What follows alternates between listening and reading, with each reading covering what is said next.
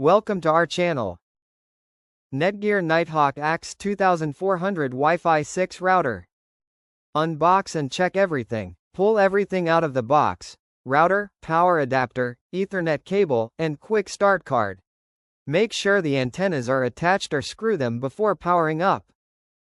Find the right spot. Set the router somewhere open and central, not hidden behind a TV or stuck in a corner.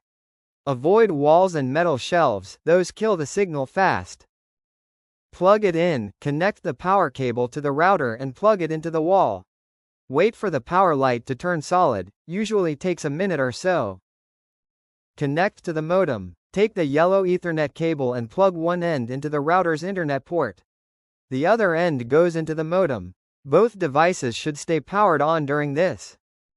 Wait for the lights to settle. Give it about 2 minutes. The router will boot and then the internet light should go solid blue. If it stays red or amber, that means no connection. Check the cable again. Connect to the router's Wi-Fi. On your phone or laptop, open Wi-Fi settings. Find the name printed on the sticker under the router. Connect using the default password also listed there. Open the setup page or app. Once connected, open a browser and go to routerlogin.net or 192.168.1.1.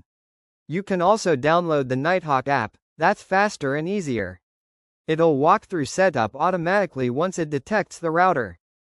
Create a new Wi-Fi name and password. When prompted, set up your own network name, SSID, and password. This replaces the default one so your devices connect to your own custom network. Update the firmware, don't skip this. Once you're in the dashboard or app, check for firmware updates. If there's one available, install it right away to fix bugs. The router will reboot once or twice, just let it finish. Test the connection. After it restarts, connect a phone or laptop to your new Wi-Fi name. Run a quick speed test or open a video to make sure everything's running smooth. Thank you for watching.